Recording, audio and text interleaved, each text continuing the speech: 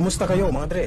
Welcome sa Rai TV. Ang pag-uusapan natin ngayon mga dre ay tungkol sa nag-iisang hari ng stunt sa kasaysayan ng pelikulang Pilipino at tinaguriang Jackie Chan ng Pilipinas. Ngunit para sa aking sariling opinyon, kahit si Chan ay hindi mangangahas na gawin ang buwis buhay na pagtalon sa San Juanico Bridge na may taas na 134 na talampakan at walang suot na kahit anong safety gears. Siya ay walang iba kundi si Dante Varona. Ipinanganak noong September 6, 1953. Si Varona ay nagmula sa isang mahirap na pamilya at dahil dito ay nagdesisyon ng kanyang mga magulang na siya ay ipadala sa Boys Town sa Marikina. Doon na malagi ang veteranong aktor mula grade 1 hanggang sa pag-graduate ng high school. Sa loob ng Boys Town ay natutunan niya ang sports na gymnastics na nangangailangan ng balanse, lakas ng katawan, disiplina, liksi at koordinasyon na hindi niya aakalaing magagamit niya pala balang araw bilang isang mahusay na stuntman. Pagka-graduate niya ng high school ay napabilang si Dante Varona sa SOS, Daredevil o Son of Stunts. Dito ay lalong nahubog ang kanyang angking galing sa pagsasagawa ng iba't ibang stunts. Dahil sa kanyang talento ay hindi nagtagal at nadiskubre siya ng isang direktor na si Artemio na ama ni Joey Marquez at nabigyan ng break sa kanyang kauna-unahang pelikula noong 1968 na may titulong Magnificent Siete Bandidas kasama sina Divina Valencia, Stella Suarez at Bella Flores sa edad na 15 lamang. At noong sumunod na taon ay naging abala ang ating bida sapagkat kaliwat kanan ang mga alok na pelikula sa kanya tulad ng Strike Everywhere, Agent Never Miss noong 1969, Mga Kidlat Kung Lumaban, Master Stuntman,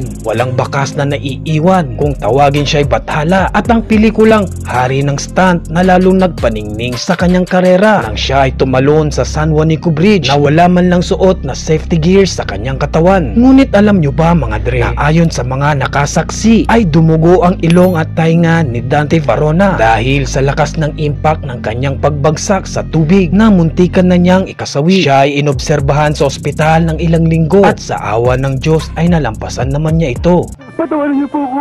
Hindi na po ko ulit. Pasalamat ka anak ka ng Teteng.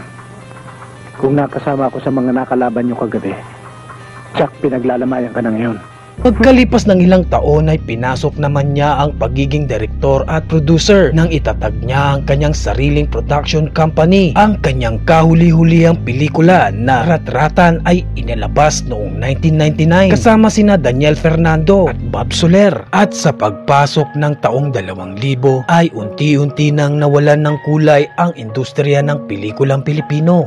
Kaya nagdesisyon si Dante Varona na iwanan na lamang buhay artista at piniling mangibang bansa patungo sa California, USA kasama ang kanyang asawa at 2 anak. Doon ay nagsimula siya ng panibagong buhay at namasukan bilang isang janitor upang matustusan ang kanilang pangangailangan at kalaunan ay nagtrabaho bilang security officer hanggang sa kasalukuyang panahon. Alam nyo ba mga dre na sa edad niyang 68 ay napanatili ni Dante Varona ang kanyang malusog at matikas na pangangatawan, bunga ng pag-iwas niya sa masasamang bisyo mula pa noong pagkabata. Maraming proyekto ang inalok kay Dante Varona ngunit ang lahat ng iyon ay kanyang tinanggihan. Ayon sa kanya ay ayaw na niyang balikan ang pag-aartista dahil kontento na siya sa kanilang simple at masayang pamumuhay kasama ang kanyang buong pamilya. Tinalikuran man niya ang paggawa ng pelikula ay wala pa ring makakapantay sa iniwan niyang legasiya na hanggang ngayon ay tinitingala ng bawat Pilipinong stuntman sa pelikula man o telebisyon.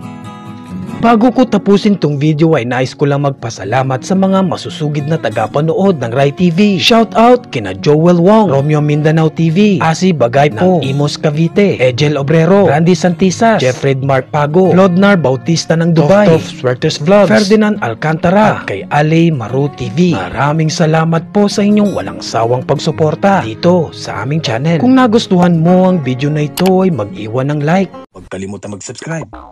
Paalam.